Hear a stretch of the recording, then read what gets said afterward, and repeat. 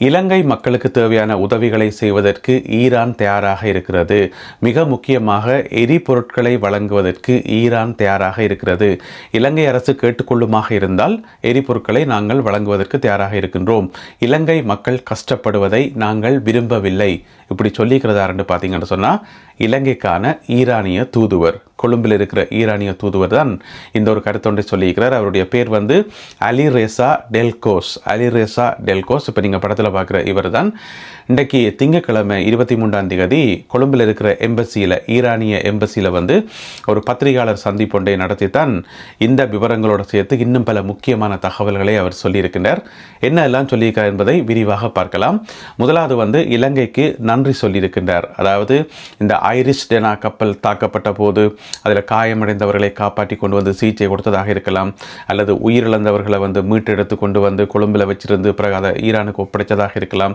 இந்த மாதிரி சகல செயல்பாடுகளுக்கு இலங்கை அரசாங்கத்துக்கு ஈரானினுடைய நன்றிகள் என்று சொல்லி நன்றி சொல்லியிருக்கிறார். முதலாவது. இரண்டாவது அந்த ஐரிஷ் டெனா கப்பலில் உயிரிழந்தவர்கள் ஆயுதங்கள் எதுவுமற்ற அப்பாவி மாலுமிகள் என்று சொல்லி அந்த இசைக்குழு, கடற்படையினுடைய இசைக்குழு இருக்குத்தானே, அந்த இசைக்குழு உறுப்பினர்கள் தான் அதில் கொல்லப்பட்டார்களே தவிர ஈரானிய கடற்படையினர் கொல்லப்படையில் என்றதையும் அந்த தாக்குதலுக்கு தன்னுடைய கடுமையான கண்டனங்களையும் இன்றைக்கு தெரிவித்திருக்கின்றார் இலங்கைக்கான ஈரானிய தூதுவர். அதோட தற்போது 251 பேர், அதாவது உயிரோட மீட்கப்பட்டவர்கள் 251 பேர் இலங்கையில் தங்க வைக்கப்பட்டிருப்பதாகவும் அவர்களையும் இலங்கை அரசாங்கம் நல்ல முறையில் பராமரித்து கொண்டு வருது, எனவே அதற்கும் என்னுடைய நன்றிகள் என்று சொல்லியிருந்தவர் அவர்களை மிக விரைவில் ஈரானுக்கு அழைத்து செல்வதற்கான பேச்சுவார்த்தைகள் தற்பொழுது இலங்கை அரசாங்கத்துடன் நடத்தப்பட்டு கொண்டிருப்பதாகவும் அவர் சுட்டிக்காட்டியிருக்கின்றார். ஏற்கனவே இந்தியாவில் மீட்கப்பட்ட ஒரு 104 பேர், ஏனென்றால் அங்கேயும் ஒரு கப்பல் கொண்டு செல்லப்பட்டதானே ஐரிஸ் 11 என்று சொல்லி, அந்த கப்பலில் இருந்து ஒரு 104 பேர் ஏற்கனவே ஈரானுக்கு அனுப்பி வைக்கப்பட்டிருக்கிறார்கள் இந்திய அரசாங்கத்தால்.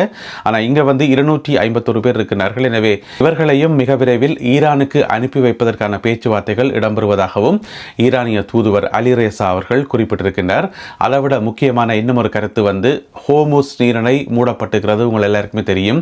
ஈரான் சொல்லிக் கொண்டிருக்குது இது திறந்துதான் இருக்குது, எங்களுடைய நண்பர்களுக்கு திறந்து இருக்குது, எதிரிகளுக்கும் எதிரிகளோட கூட நிற்பவர்களுக்கு தான் மூடப்பட்டிருக்கே தவிர நண்பர்களுக்கு திறந்து வைக்கப்பட்டிருக்கு என்று சொல்லி. எனவே இலங்கை எந்த கட்டக்கரிக்க வருது? ஆஃப்கோர்ஸ் நண்பர்கள் கட்டக்கரிக்காம வருது. எனவே இலங்கை கப்பல்கள் வருவதற்கும் இலங்கை அதிலே எரிபொருட்களை ஏற்றி இறக்குவதற்கும் அனுமதி வழங்கப்படுகிறது என்பதை இன்றைக்கு இலங்கைக்கான ஈரானிய தூதுவர் உறுதிப்படுத்தி இருக்கிறார். எனவே அவர் சொன்ன கருத்துக்களில் மிக முக்கியமானது என்னென்று சொன்னால், இலங்கை அரசாங்கம் கோரிக்கை வைக்குமாக இருந்தால் எரிபொருட்களை வழங்குவதற்கு ஈரான் தயாராக இருக்கிறது என்று சொல்லி அறிவித்திருக்கின்றார். எனவே இலங்கை அரசாங்கம் என்ன விதமான முடிவுகளை எடுக்கப் போகுது என்பதை பொறுத்திருந்து பார்க்கணும். ஏற்கனவே அடுத்து வரும் சில மாதங்களுக்கு தேவையான எரிபொருட்கள் வேறு நாடுகளில், சம்பந்தப்பட்ட நாடுகளில் ஏற்கனவே ஆர்டர் கொடுத்தாச்சு என்று சொல்லப்படுகிறது. எனவே இது அரசாங்கம் எடுக்கிற முடிவு, பொறுத்திருந்து பார்ப்போம். முச்சக்கர வண்டிகளுக்கான கட்டணங்கள் இன்று முதல் அதிகரிக்கின்றன. ஓட்டோக்களுக்கான கட்டணங்கள் பார்த்தீங்கன்னு சொன்னால், அதாவது முதலாவது கிலோமீட்டருக்கு இவ்வளோ காலமும் 100 ரூபாவாக இருந்ததாம், இன்றையிலிருந்து 110 ரூபாவாக அதிகரிக்குது. 10 ரூபா அதிகரிக்குது. அப்போ முதலாவது கிலோமீட்டர் 110 ரூபா, ஆரம்ப விலையை 110 ரூபா தான். அதுக்கு பிறகு போகிற ஒவ்வொரு கிலோமீட்டருக்கும் 90 ரூபா அறவிடப்படும் என்று சொல்லப்படுகிறது. எனவே நீங்கள் ஆட்டோவில் போய்க்குள்ள எத்தனை கிலோமீட்டர் போறீங்கன்னு பார்த்துட்டு முதலாவது கிலோமீட்டருக்கு 110 ரூபாயும் ஏனைய கிலோமீட்டர்களுக்கு ஒவ்வொரு கிலோமீட்டருக்கும் 90 ரூபா படி கொடுத்தீங்கன்னா சரி. எனவே இன்றிலிருந்து ஆட்டோக்களுக்கான கட்டணம் அதிகரிக்கின்றன. அதே நேரம் பார்த்தீங்கன்னு சொன்னால், பான் உட்பட பேக்கரி பொருட்களுக்கான விலையும் 10 ரூபாவினால் அதிகரிக்கப்பட்டிருக்கிறது. அதாவது ஒரு ராத்தல் பான் 450 கிராம் பானினுடைய விலை 10 ரூபாவால் அதிகரிக்குது. அதே போல ஏனைய பேக்கரி பொருட்களும் 10 ரூபாவினால் அதிகரிப்பதாக சொல்லப்படுகிறது. இது இன்று நள்ளிரவில் இருந்து நடைமுறைக்கு வருகிறது. அது மட்டும் இல்லாமல் பேருந்து கட்டணங்களும் அதிகரிக்கின்றன. பேருந்து கட்டணங்கள் பார்த்தீங்கன்னு சொன்னால் 12.19% அதிகரிக்குது. இதனுடைய அறுதியான விலை சொல்ல முடியாது, கட்டணம் சொல்ல முடியாது. ஏன்னு சொன்னால், அது ஒவ்வொரு இடத்துக்கும் ஒவ்வொரு விதமான கட்டணங்கள் இருக்கும், தூரத்துக்கு ஏற்றபடி மாறுபடும் தானே. எனவே எத்தனை பெர்சன்டேஜ் சொன்னால் 12.19% அதிகரிக்குது அடிப்படை கட்டணம். அதன் அடிப்படையில் பார்த்தீங்கன்னு சொன்னால், இலங்கையில் எந்த பகுதியில் என்றாலும் ஒரு பேருந்தில் நீங்கள் ஏறினீங்கன்னு சொன்னால் மினிமம் கட்டணமே, குறைஞ்ச கட்டணமே 30 ரூபாவாக இருக்கும் என்று சொல்லப்படுகிறது. ஆரம்ப விலையே 30 ரூபா தான். இலங்கையின் எந்த பகுதியில் எந்த பேருந்தில் நீங்கள் ஏறினாலும் அதுக்கு பிறகு நீங்கள் எவ்வளவு தூரம் பயணம் செய்கிறீங்களோ அதுக்கேற்றபடி அந்த கட்டணங்கள் மாறுபடும் என்று சொல்லப்படுகிறது. அமெரிக்க ஜனாதிபதி டொனால்ட் ட்ரம்ப் அவர்கள் ஈரானுடன் போர் நிறுத்தத்தை அறிவித்திருக்கின்றார். 5 நாட்கள் போர் நிறுத்தம். அந்த போர் நிறுத்தத்துக்கு பின்னால் நிறைய கேள்விகளும் பல சந்தேகங்களும். எதுக்காக இந்த போர் நிறுத்தம், இந்த நேரத்தில் எதுக்கு போர் நிறுத்தம், அமெரிக்காவும் இஸ்ரேலும் சேர்ந்து ஆயுதங்களை கொண்டு வந்து குவிக்கப் போகின்றார்களா, படையை கொண்டு வந்து குவிக்கப் போகின்றார்களா, இந்த மாதிரி நிறைய சந்தேகங்கள் இருக்குத்தானே. ஏன்னு சொன்னால் யுத்தம் தீவிரமாக நடந்துருக்குள்ள அதுக்கு நடுவில் வர அந்த சமாதானம் அடுத்த கட்ட யுத்தம் பலமாக நடக்கிறதுக்கு தான் வாய்ப்பாக இருக்கும். இது எல்லா இடமும் நாங்கள் பார்த்த வரலாறு. பயங்கரமாக சண்டை நடந்துருக்கீங்களா, திடீரென்று சமாதானம் என்று சொன்னால் அங்கே ஏதோ பின்னால் ஏதோ காரணம் இருக்குன்ற அர்த்தம். எனவே இதுக்கு பின்னால் காரணம் இருக்கும். அதில் மிக முக்கியமானது சர்வதேச சந்தையில் எரிபொருட்களுக்கான விலை கட்டுப்படுத்த முடியாத அளவுக்கு போய்கொண்டிருக்கிறது தான் மிக முக்கியமான காரணமாக இருக்கும். எனவே டொனால்ட் ட்ரம்ப் அவர்களுடைய அறிவிப்பை தொடர்ந்து இப்போ எரிபொருட்களுக்கான விலைகள் சர்வதேச ரீதியாக நல்லா குறைஞ்சொண்டு போகுது. இது இலங்கைக்கு ஒரு வரப்பிரசாதம் என்று சொல்லணும். எனவே இலங்கையிலே இந்த கட்டணங்களில் ஏதாவது மாற்றங்கள் ஏற்படுமான்னு சொல்லி நாங்கள் பார்க்கணும். இப்போதான் பார்த்தீங்கன்னு சொன்னால் 80 ரூபா, 90 ரூபா, 100 ரூபான்னு சொல்லி கட்டணங்கள் பயங்கரமாக அதிகரிக்கப்பட்டிருந்தது. எனவே ட்ரம்ப் அவர்களுடைய அறிவிப்பை தொடர்ந்து சர்வதேச ரீதியாக கட்டணங்கள் குறைய ஆரம்பிச்சிருக்கிறதன் காரணமாக இலங்கையில் எரிபொருட்களுக்கான கட்டணங்கள் குறையுமா இல்லையா, குறைக்கணும் நியாயப்படி பார்த்தா. எனவே குறையுமா இல்லையா என்பதை பொறுத்திருந்து பார்ப்போம். யாழ்ப்பாணத்தில் இன்று ஒரு வித்தியாசமான போராட்டம் ஒன்று பொதுமக்களால் முன்னெடுக்கப்பட்டிருக்கிறது. பொது அமைப்புகள், சமூக ஆர்வலர்கள், பெண்கள் அமைப்புகள் என்று சொல்லி பலதரப்பட்டவர்கள் கலந்து கொண்டு இந்த ஆர்ப்பாட்டத்தை நடத்தியிருக்கிறார்கள். யாழ்ப்பாணம் நல்லூர் கோவிலடியில் என்ன ஆர்ப்பாட்டம் என்று சொன்னால் அரசியல்வாதிகளுக்கு எதிரான ஒரு ஆர்ப்பாட்டம்.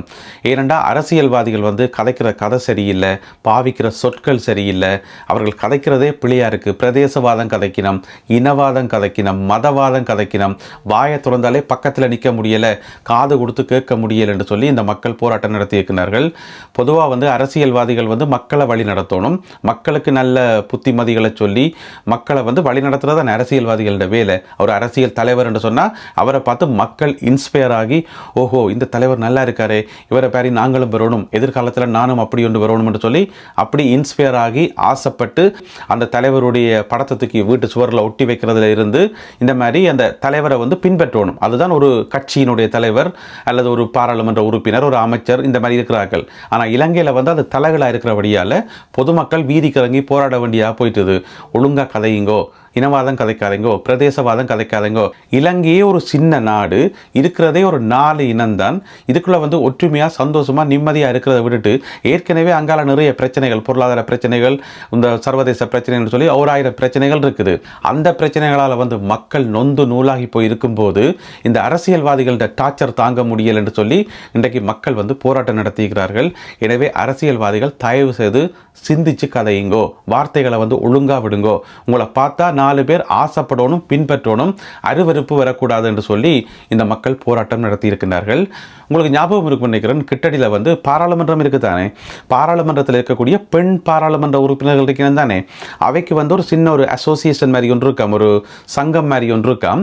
அவையில் பாராளுமன்ற சபாநாயகர்கிட்ட ஒரு கடிதம் உண்டு, ஒரு வேண்டுகோள் கடிதம் ஒன்று கொடுத்தவினம் கிட்டடியில்.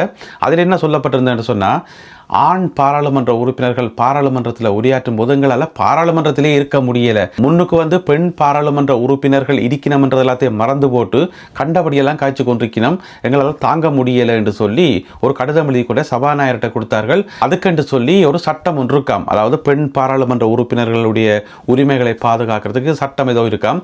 நினைக்கிறேன் பாராளுமன்றத்துக்குள்ளே இருக்கும் போல நிறைய சட்டங்கள் இருக்கும் தானே, அதில் இருக்கக்கூடிய ஒரு சட்டத்தை உடனடியாக அமல்படுத்துங்கன்னு சொல்லி சபாநாயகருக்கு கடிதம் கொடுத்திருந்தார் பெண் பாராளுமன்ற உறுப்பினர்கள்.